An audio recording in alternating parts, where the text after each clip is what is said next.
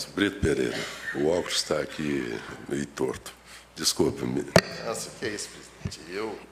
Para mim, ficaria confortável votar também depois da ministra Cálcio. Mas, Vossa Excelência Sua Excelência, extrema gentileza. na modéstia de Sua Excelência, na simplicidade e no desprendimento, apontou o dedo para mim, senhor presidente. Presidente, eu vou correr o risco de até reproduzir algo que já foi dito, porque esse, de fato, é um dissídio ímpar, inclusive no número. Não se tem dúvida nenhuma de que a greve foi deflagrada pela federação e que, pelo que pude perceber, um número modesto de sindicatos que ela aderiu, mas nem por isso deixa de ser o exercício do direito constitucional, que todos respeitamos, e foi com a finalidade de impedir a gestão do plano por aquela empresa instituída pela empresa de Correios e Telégrafos. E fiquei curioso, porque no último dissídio coletivo, que, aliás, essa objeção, essa greve, ela se dirige a duas sentenças normativas de igual teor. E me chama a atenção a cláusula proposta pela federação, que começa com a seguinte expressão, aspas, não ao postal saúde e manutenção dos Correios Saúde. Ali começa aquele rol de itens, parágrafos, que a federação projetava no tema, no texto, assistência médica hospitalar e odontológica. Quero o quê, portanto, senhor presidente e senhores ministros, que aquela última greve, onde se discutiu essa questão, também foi motivada por esse debate. É que quero crer que isso tudo foi objeto das negociações iniciais, e as quais a empresa não aqueceu, portanto, a greve foi deflagrada. Quero crer que no seio da greve também havia esse aspecto aqui em debate. E decidiu-se, ingressou-se com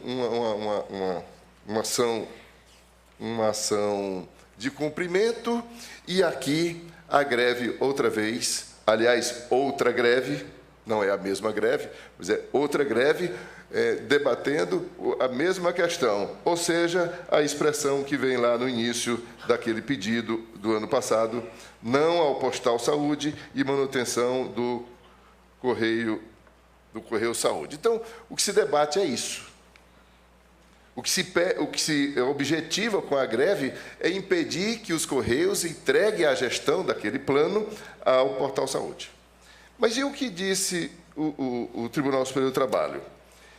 Que o modo de gestão do plano de saúde é questão afeta ao poder diretivo organizacional atribuído ao empregador, e diz assim, embora possa ser objeto de negociação coletiva, e eu vou reproduzir, embora possa ser objeto de negociação coletiva, não cabe à Justiça do Trabalho, por força da atuação do Poder Normativo, interferir na escolha do modelo de gestão a ser implantado, Portal Saúde, Correio Saúde, etc.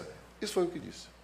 Não se confunda essa expressão com a determinação de que a mudança na gestão depende ou está submetida a uma negociação em assembleia.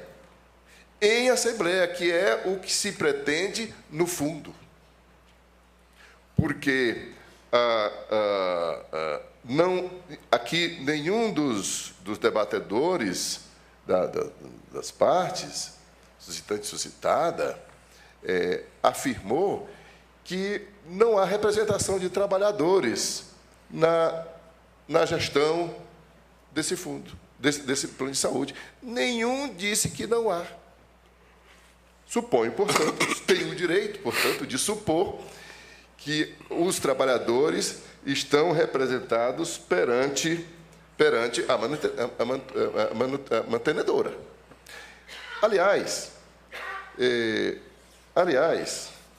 quando o tribunal decidiu, não proibiu e aí afirmo que não proibiu a contratação de gestor no plano. Não li no acórdão,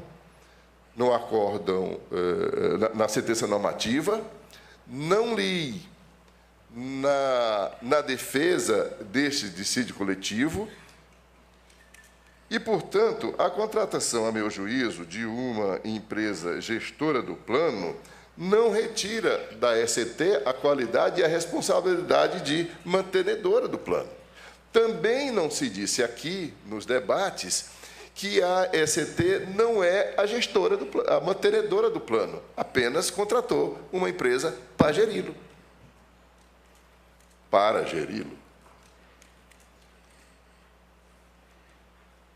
Por isso que a greve, ao objetivando impedir a contratação de um gestor para o plano de saúde, certo que esse ato é do empregador,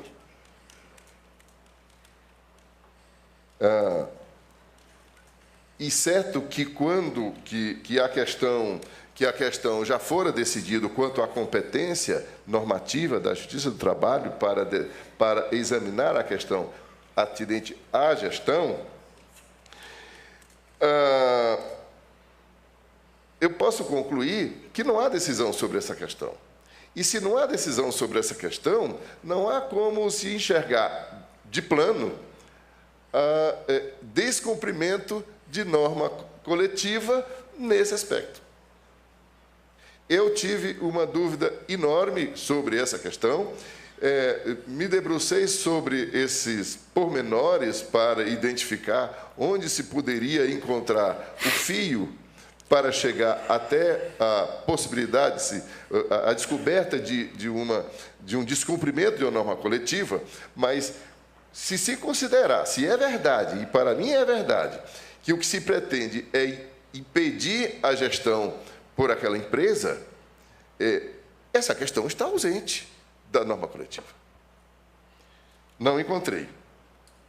Muito bem, não bastasse o ajuizamento da norma, da ação de cumprimento, há uma outra questão, que o dissídio coletivo foi suscitado em razão da greve.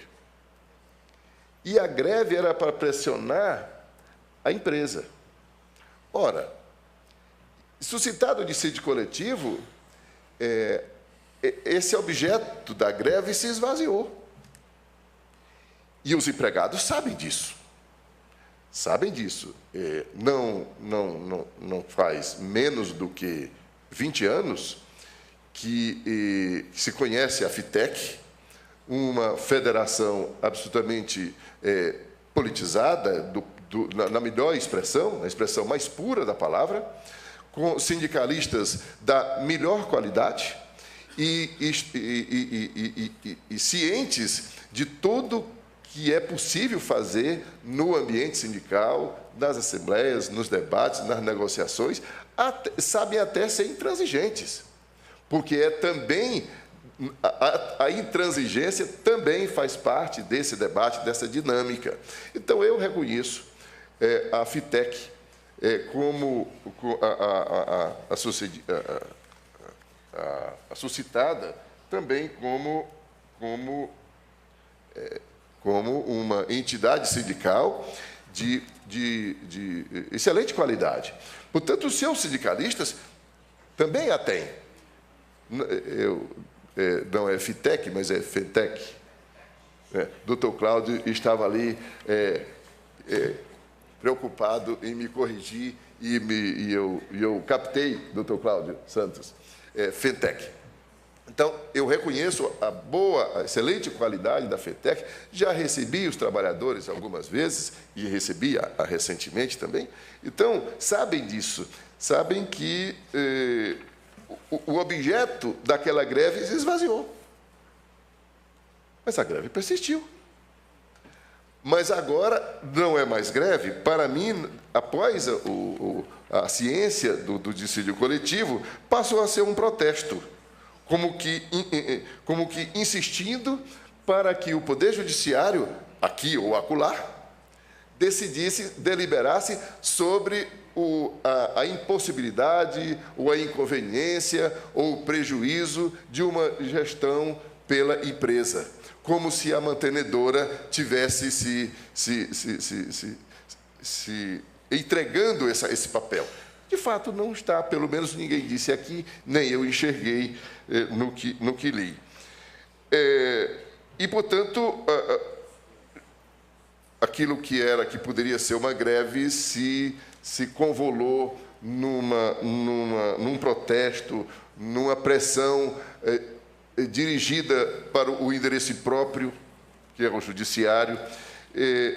Por que eu digo isso? Porque, embora reconheça a autoridade constitucional da greve, reconheça que até do ponto de vista formal, se for olhar, é possível reconhecer que essa greve formalmente foi deflagrada, mas no seu interior, no seu íntimo, ela tem um pecado capital, que é não só porque a inconveniência em razão da ação de cumprimento, como a impropriedade em razão do dissídio coletivo, posteriormente. Eu acompanho eminentemente o relator no que, pelos seus judiciosos fundamentos, reconhece a ilegalidade da greve, mas, senhor presidente e seus ministros, eu vou pedir, venha a sua excelência, para divergir no que tange às consequências, aos dias de paralisação. E quero fazer aqui um parêntese muito pequeno a propósito da matéria de fato que veio à tribuna. A compensação, eventual compensação de dias de paralisação, não diz respeito com a função do empregado. Data venha, doutor. Não diz respeito com a função do empregado, diz respeito com a ausência ao trabalho. Ora, se a ST, a Votorantim, a padaria da esquina, para de trabalhar, ou tem prejuízo, ou tem reduzido o seu número de empregados, porque um razoável número deles, ou um deles deixou de trabalhar,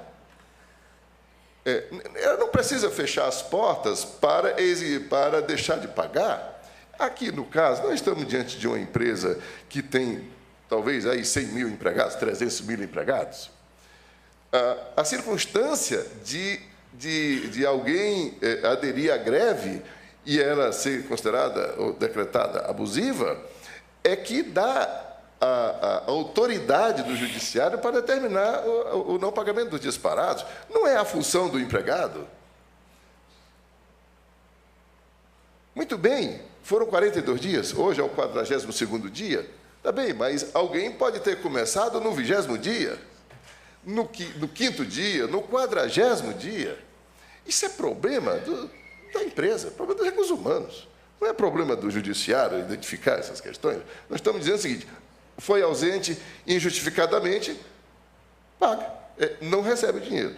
Então, não recebe os salários. Mas, senhor presidente e seus ministros, eu, por essas considerações, embora reconheça o valor da greve, embora reconheça que são trabalhadores, são pais de família e que é a única fonte de renda, mas esses também haveriam de ter pensado nisso no primeiro dia, ou no dia que souberam do ajuizamento do dissídio coletivo.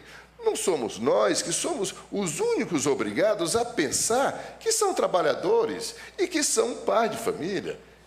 E eu sou sensível a isso. Eu tenho o maior desgosto de divergir do ministro relator nesse aspecto, porque divirjo para propor o desconto integral.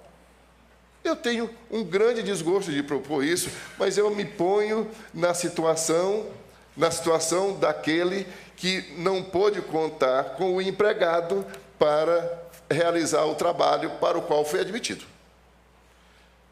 Senhor presidente, já falei além do tempo que haveria de fazer, mas a minha divergência se situa somente desconto integral. Divergência total. Muito obrigado, ministro Brito Pereira.